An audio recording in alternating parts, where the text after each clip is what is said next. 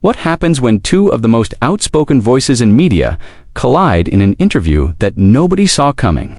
Tonight, we dive into the explosive confrontation that left audiences stunned and changed the trajectory of late-night television forever. This is the story of how a routine guest appearance turned into a verbal battleground that ended with security being called and a guest being escorted off-set. Before we get into this incredible story, make sure to hit that subscribe button and drop a comment below about which celebrity interview you think went too far. Because what you're about to hear will shock you.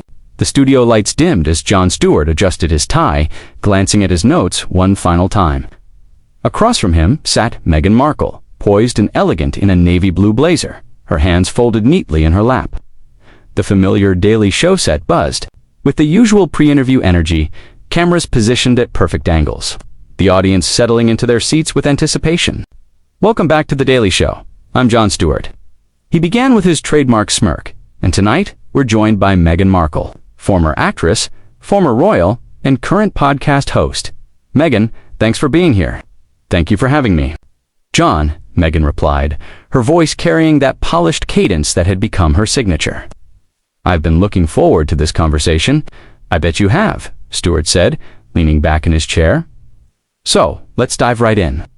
You've been quite vocal lately about media representation, particularly around issues of race and privilege. But I have to ask, and forgive me if this sounds direct, isn't there something a bit ironic about someone who married into one of the world's most privileged institutions, lecturing others about systemic inequality? The smile on Meghan's face flickered for just a moment. I think that's an unfair characterization.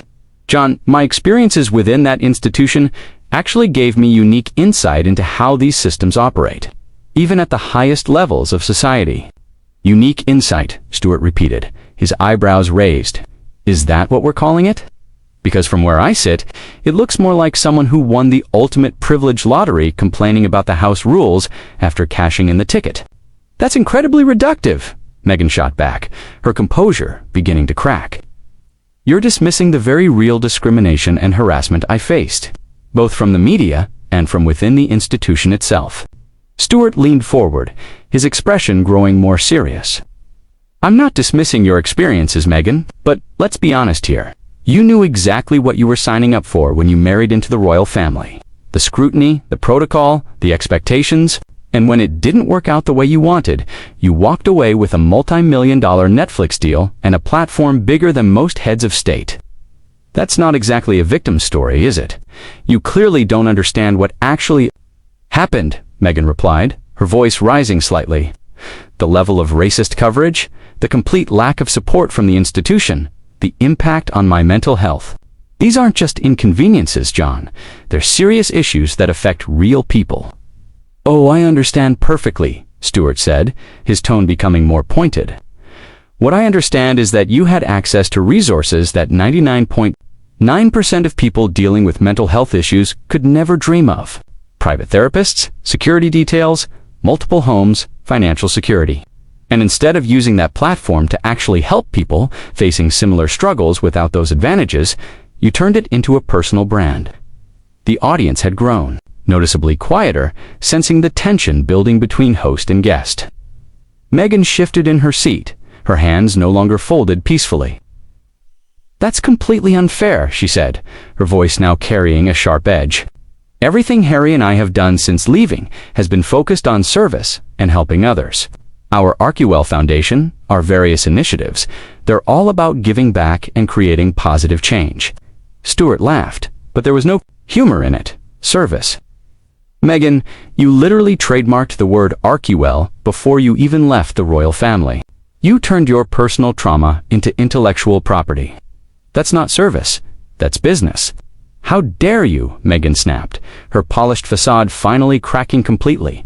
You sit here in your comfortable studio, making jokes about other people's pain, and you want to lecture me about service? What have you done lately besides mock people who are actually trying to make a difference? The studio fell completely silent. Even the camera operators seemed to freeze, unsure whether they should keep rolling. Stewart's expression had gone from playful to deadly serious in an instant. What have I done? He repeated slowly. Let's see. I spent 15 years using this platform to hold politicians accountable, Regardless of party, I fought for healthcare, benefits for 9/11 first responders when everyone else had moved on. I used my privilege and platform to shine light on issues that actually matter, not to build a personal brand around my own grievances. That's rich coming from someone who walked away from The Daily Show when it suited him, Meghan fired back. At least, I didn't abandon my responsibilities when things got difficult. Stewart's jaw tightened. I left to spend time with my family and work on projects I cared about. I didn't leave because the job was too hard or because people were mean to me in the press. And I certainly didn't spend years afterward doing interviews about how unfairly I was treated. You have no idea what you're talking about, Meghan, said her voice now shaking with anger. The level of scrutiny I faced was unprecedented. The racist undertones in every story, the complete fabrication of facts, the coordinated harassment campaign, unprecedented, Stewart interrupted. Meghan, you were a cable television actress who became a duchess. The scrutiny comes with the territory. You think Hillary Clinton didn't face unprecedented scrutiny? You think Barack Obama didn't deal with racist coverage? The difference is they understood that public service sometimes means taking hits for the greater good, not monetizing your complaints about it. Meghan stood up abruptly, her chair scraping against the floor. I don't have to sit here and listen to this. You invited me on your show under false pretenses, pretending this would be a respectful conversation about important issues. I invited you on to have an honest conversation, Stewart replied, remaining seated but his voice growing louder. If you can't handle honest questions about your public statements and actions, maybe you shouldn't be doing interviews at all. Honest questions? Meghan laughed bitterly. This is a hit job, plain and simple. You've already made up your mind about me, and nothing I say will change that. Stewart finally stood, facing her across the desk. You're right. I've made up my mind. I've watched you turn personal struggles into a cottage industry. I've seen you use important issues like mental health and racism as props in your own narrative. And frankly, I think it's insulting to people who face these challenges without your resources or platform. The confrontation was escalating beyond anything the show had ever experienced, and both host and guests seemed to have forgotten they were on live television. You know what your real problem is, John? Meghan said, her voice cutting through the stunned silence of the studio. You can't stand that a woman, especially a woman of color, refused to stay silent when faced with institutional racism and abuse. You're threatened by someone who won't play by the rules that benefit people like you. Stewart's eyes flashed with anger. Don't you dare try to make this about race or gender. This is about accountability. This is about someone who had every advantage in the world and still managed to position themselves as a victim. And when called out on it, you immediately reach for the discrimination card because you can't defend your actions on their merits. My actions? Meghan's voice rose to a near shout. What actions? Speaking out about mistreatment, protecting my family, trying to use my platform for good. Which of those actions exactly do you find so offensive? How about the action of doing a globally televised interview where you accused your husband's family of racism without providing any specifics or context? Stewart shot back. How about the action of timing that interview to coincide with your grandfather-in-law being hospitalized? How about the action of making millions of dollars by airing private family disputes on international television? Meghan's face flushed red. Those conversations needed to happen. People deserve to know the truth about what goes on behind palace walls. And if you think concerns about my son's skin color aren't specific enough, then you're part of the problem. The problem, Stewart said, stepping around the desk toward her, is that you made incredibly serious accusations against specific people and then hid behind vague language when pressed for details. You want to talk about racism? Fine. Name names, give specifics. But you can't, because you know that would expose you to actual scrutiny and potential legal action. I don't owe you or anyone else a detailed breakdown of private conversations, Meghan replied, backing away slightly but maintaining her defiant stance. The fact that you're demanding I provide more ammunition for people to attack me with just proves my point about how women are treated when they speak truth to power. Stewart laughed harshly. Truth to power. Meghan, you were literally part of the power structure. You were a working royal with access to resources most people can't imagine. And when you didn't like how that power structure operated, instead of working to change it from within, you burned it down on your way out and then profited from the ashes. I tried to work within the system, Meghan protested. I was silenced at every turn. I wasn't allowed to defend myself against false stories. I wasn't given the support I needed when facing unprecedented harassment. What was I supposed to do? Just suffer in silence for the rest of my life? You were supposed to understand that. Being a public figure, especially a royal, means dealing with criticism and scrutiny, Stewart replied. You were supposed to focus on the work, not on managing your image. You think Queen Elizabeth spent her 70-year reign worrying about negative press coverage. Queen Elizabeth never faced the kind of coordinated harassment campaign that I did, Meghan said. She never had to deal with the intersection of racism and sexism that defined my experience. You're comparing apples to oranges. I'm comparing someone who understood duty and service to someone who confused celebrity with royalty, Stewart said bluntly. The Queen understood that the institution was bigger than her personal feelings. You seemed to think the institution should adapt to serve your personal brand. The audience was completely silent now, some people visibly uncomfortable with the intensity of the exchange. A few audience members had actually gotten up and left, unable to watch the confrontation. Continue. My personal brand. Meghan's voice cracked with emotion. Is that what you think this is about? I was suicidal, John. I was in such a dark place that I contemplated ending my life.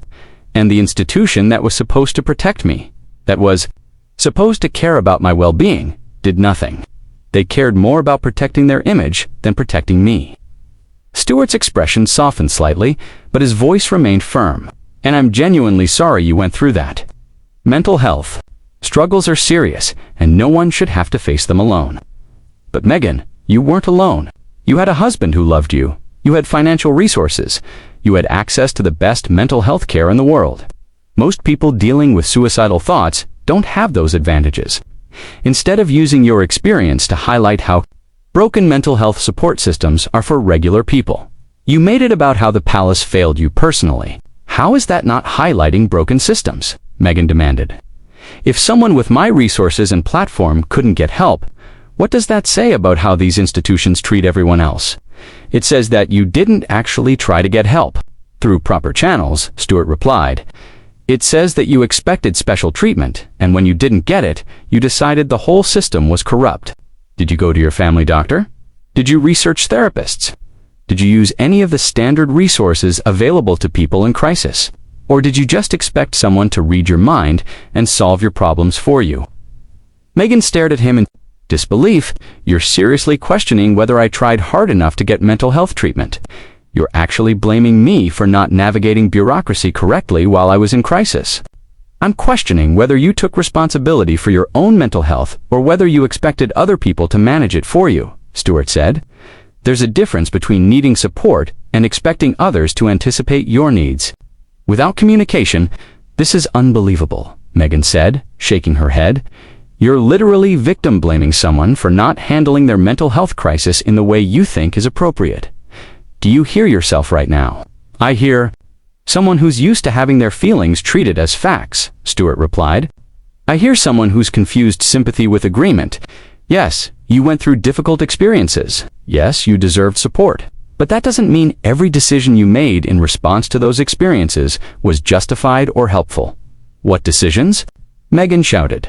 The decision to prioritize my mental health, the decision to protect my family, the decision to tell my story instead of letting others control the narrative, the decision to turn your personal struggles into public spectacle, Stewart shot back. The decision to make millions of dollars off your trauma while claiming it's about service.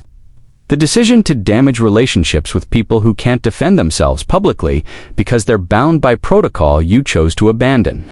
Meghan's hands were shaken now. Whether from anger or emotion, it was impossible to tell. You don't know what you're talking about. You don't know what it's like to have every aspect of your life scrutinized, every word twisted, every action misinterpreted. Actually, I do know what that's like, Stewart said quietly. I've been in the public eye for decades. I've been criticized, mocked, and attacked. The difference is, I never expected sympathy for choosing a career that comes with public scrutiny. I never demanded that people treat my personal struggles as public policy issues. The difference is, you've never faced racism, Meghan replied. You've never had to deal with the additional layer of discrimination that comes with being a woman of color in the spotlight. Your struggles and mine are not comparable. Stewart nodded slowly. You're absolutely right. I haven't faced racism, and I won't pretend to understand that experience. But I have watched other public figures face racism with dignity and grace, using their platforms to create actual change rather than just talking about their own victimization. I've seen people turn their pain into purpose without monetizing their trauma. Like who? Meghan challenged. Give me examples of people who've handled it better than I have. Like John Lewis, who faced actual violence for his activism and never once made it about his personal brand. Like Maya Angelou, who turned her trauma into art that helped millions of people. Like Barack Obama, who faced unprecedented racist attacks during his presidency and never once suggested that people owed him special consideration because of it. The mention of those names hit Meghan like a physical blow. Her face went pale, then flushed deep red as she processed what Stewart had just said. "How dare you?" she whispered, her voice barely audible at first. "How dare you compare my situation to people who are no longer here to defend themselves? You're using dead civil rights leaders to score points against me in an argument. That's disgusting." Stewart's expression didn't change. "I'm using examples of people who understood that real change requires sacrifice, not self-promotion. People who put the cause before their personal